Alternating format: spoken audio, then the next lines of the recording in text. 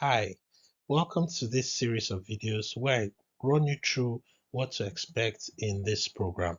What is in this program, right? That's a question a lot of people have been wondering and asking.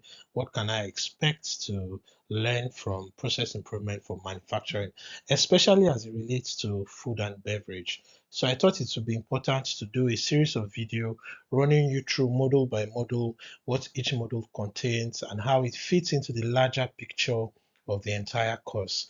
There's quite a lot of juice, a lot of great stuff, a lot of interesting ideas that I believe will echo for generations to come as the building block or foundation required to have a successful career in this industry. Wow, wow, wow. I'm so excited. I hope you're excited. Let's begin this journey together. Right. All right. So I'm just going to run you through an overview, and then we'll look at it module by module. All right. Are you ready? Okay, let's go. Okay, so let's start this run through. So part of what you're going to expect, and I'm just going to grab my pen quickly, is that you're going to see my face in this corner for the major part of this program, right? So I'm going to hold your hand step by step, module by module, trying to, because I believe from experience that it's easier to connect when you can see me, you can hear me, you can see my body language, and it's as though, I'm in front of you. So once again, thank you for joining this course. It's a privilege to be in your space, right? To share ideas and to you know, communicate this knowledge that I've gathered over the past, 7 years plus. I'm really excited to share some of the things that I've really never shared on any platform before. So some of the things that you'll be getting in this course are things that, I'm sharing for the first time publicly. So there's quite a lot to talk about. And I honestly believe that if you put your hard work, if you put in your heart, if you commit to listening and learning and watching, and most importantly, practicing what you watch. So I always tell my students that I'm not usually in a hurry for you to just run through the coursework or just finish the material and all of that. I want you to be able to, pause at certain intervals, reflect on what you've learned, think about your daily work, what you're currently doing in your organization, and look for opportunities to, bring all of this to your practical life. Find ways to practice what you're going to learn in this course. Right. So I'm just going to do a quick overview, right? And one of the things that you're going to see here is that we have 13 modules. So let me just note that we have 13 modules in this program. And as we go on in this video, I'm going to explain what each of those modules will contain. And then just so that we are sure that we are gaining knowledge, we are gaining new, skills and new understanding, I put a quiz at the end of most of the modules. So around 10 module quizzes, right? I believe that the modules that do not have quiz have projects of some sort. So like Excel, there's something to do in Microsoft Excel. So there's no quiz there. PowerPoint too has something to do, and I believe flowcharts. So every other module that is not project based, or there's not something to do, right, you're going to have some form of quiz just to do some form of knowledge check. So we're going to have that knowledge check at the end of every module. Another thing that I like to do at the end of this program is to have you complete a project, right? So this capstone project is more or less something that consolidates all your knowledge, right? All the things that you've learned, all the skills you're going to be using and applying all the various elements of this program, right? So this is something that is really important. This is something that you want to make sure that you complete. In fact, this is a requirement, to get your certificate, completing this capstone project. And what I'm also going to do, right, for this capstone project is personally review every single project and give feedback, right? I've done this, program before a couple of times, and it's always interesting to see how people apply this knowledge in their daily work, in what they've done. In fact, as a suggestion, I would say that try to find ways to do a project that is actually, something that you would do at work, right? Or in your organization or in your business. So something quite practical so that you're able to get useful feedback. I can guide you. I can provide additional insights and all of that. So that's something that you really want to do.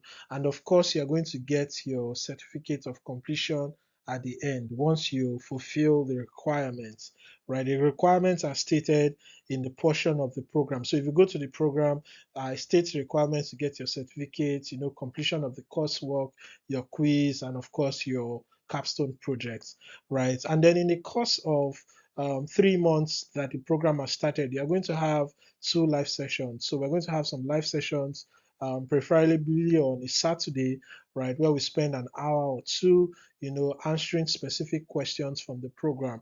So as you go through the programs, if there are things that you're not able to, make some comments, on the community group, and I'll talk about that quickly soon, right? You can hold those questions for the live sessions. And then when we have those live sessions, we'll take those questions. And of course, the video recordings for that will be, put in our portal in the training class, right? So that's something that would happen in the course of that program. So that's number 5. And finally, we're going to have access to an exclusive community group. So this is going to be a private group, right? For now, it's going to be a private LinkedIn group, so where we connect and network, professionally, sharing ideas, not just on, our industries or process improvement, even career discussions. So what I want to also do is to have this community of, improvements professionals in the manufacturing industry for food and beverage, where we're able to, learn from each other and transfer knowledge and share all of that. So that's something that would happen as well. Right. So you can begin to see that it's quite a lot of, deal. It's a good deal, if you ask me. It's a really good deal. So once again, the course, this particular cohort is going to be launching January 1st, 2024. I always like to start, the new year with new ideas, with new thoughts, and that sets, the tone for how you're going to, move and advance in the coming year. So that's something that we want to, do. All right, so let's look at another overview again of those 13 modules. So what will each of these modules contain? And then I will look at them one after the other. So for these 13 modules, we have a module that starts with the basics, the fundamentals. So what are the fundamentals of the industry, the manufacturing industry, right? So what are those building blocks, the cost drivers? And I'm going to get into the detail for each module, but just know that we're going to have a module that first of all starts with manufacturing fundamentals. And then we have another one that says business readiness. So for business readiness, we're asking the question whether your organization or your business is really ready for an improvement, right? Whether you're really ready for a transformation. Many people think that, oh, we can just transform, we can just think we want to do transformation, and then you just start off, right, without doing this readiness check. So you want to make sure that the right, recipe, the right building blocks are already on place, right? It's like trying to make a good soup. You want to make sure that you have all those ingredients on the table, right? So that's what business readiness will focus on. And then we're also going to have a module on business statistics, right? So basically, for us to be able to do any form of improvements, we will be required to have some data, right? We'll be required to pick some of these details and make, decisions about, a particular system. I'm trying not to get into the details for now because we're going to look at it for each module. So we have basic statistics. Let me just run through quickly. We have a module on basic accounting and finance, and this I believe is one of the weakness, right, that I see in a lot of manufacturing professionals who have some form of science background, who are quite technical, but really not thinking about, how it converts to, the naira or kobo or the dollar, right? The financials, right? So I thought it would be very important to have a module that gives you that basic knowledge, right, as to how to interpret accounting and financial, documents, reports, and all of that, right? And then we start getting into the meat of the matter. So I try to gradually, progressively elaborate and get deeper as we go ahead. So we have a model 5, which is on improvement tools and techniques, right? So we begin to start saying what are those tools, right? And what I try to do in this model was to look at some of the commonly used tools as it relates to food and beverage manufacturing and explain how these tools can be used, right? The use case, what scenario would you have this tool used in this situation, and all of that. The idea is that you have this toolbox where you have different, tools that you can use to solve different problems depending on what the problem is. And then we have techniques as well. So techniques that, and we will look at it, right? What are those techniques that you can use to drive process improvements? All right.